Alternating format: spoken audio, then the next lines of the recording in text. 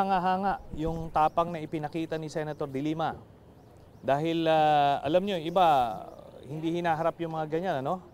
Kami, nung kami nakulong, talagang ginawa namin yung aming pagkakasala at kaya tanggap namin yung pagkakulong. Pero ito, si Senator De Lima, wala man siyang kasalanan, wala man ginawa. Ano?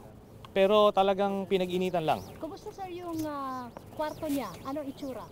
Hindi ko nakita yung kwarto niya mismo, pero doon kami doon sa adjacent na meeting room. So, ano naman, nakita natin may mga maganda naman yung security sa kanya. Hindi siya mapipiligro yung buhay niya dyan. May monitoring na 24/7.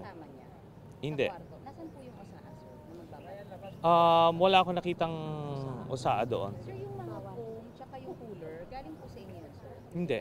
Hindi. Binili nung staff niya na yun. Any request from Senator Lee? Wala naman.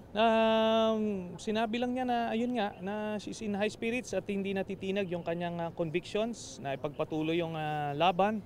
So sabi ko, ina-assure ko naman sa kanya na lalong lumalakas yung voices of dissent. Na ito sana yung ayaw nilang mangyari. Ano? Kaya nga nila ginawa itong illegal arrest na ito, itong political persecution na ito para matakot yung mga kalaban ng administrasyon. Pero kabaliktaran yung nangyari kasi nararamdaman mo na mas marami ang nagvo-voice out ngayon, mas lumalabas yung galit at simpatsya. Sir, kayo daw ang susunod?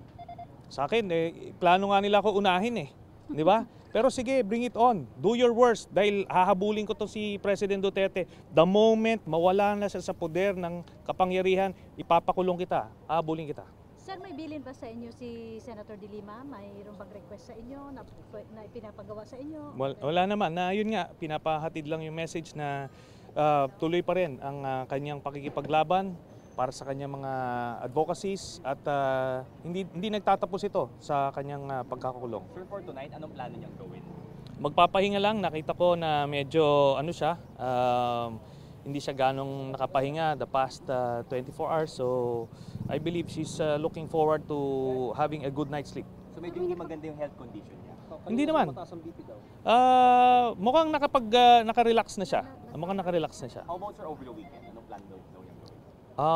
Palagay ko yung mga pamilya niya bibisitahin siya, no? That's what they normally do.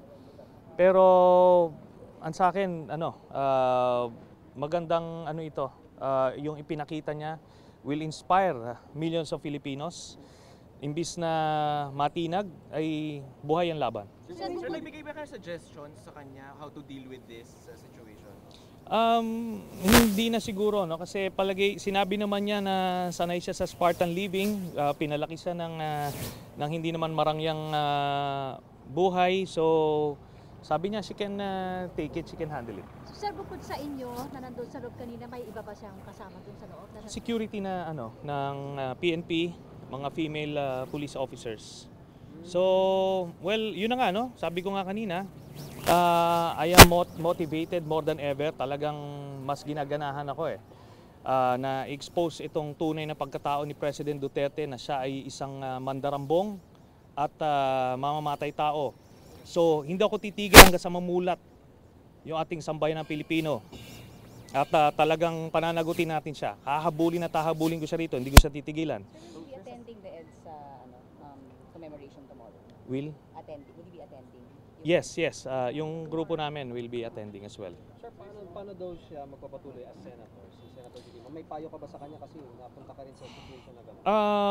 Ang pwede lang gawin ng isang senador habang nakadetine is yung pagpa-file ng resolutions and bills. At the same time, pwede rin siya mag-issue ng mga press statements to give her stand on certain issues. Pero hindi siya pwedeng bumoto at hindi siya pwedeng mag-interpolate ng mga bills. Pero pwede rin, nung panahon ni President Aquino, nakapagkandak ako ng committee hearing sa loob ng kulungan. Pero I doubt it kung papayagan siya ni President Duterte. Sir, sa security, hindi talaga kayo nangangamba kasi di ba October may napatay nga na Korean dito?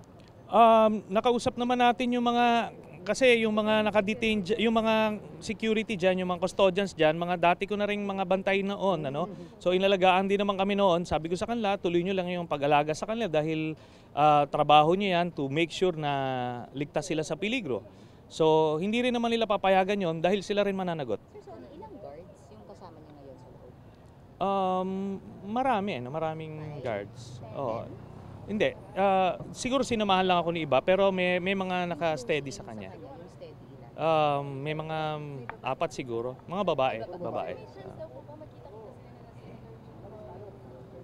Palagay ko wala. Iba eh. Separate yung ano eh. Si Claudette.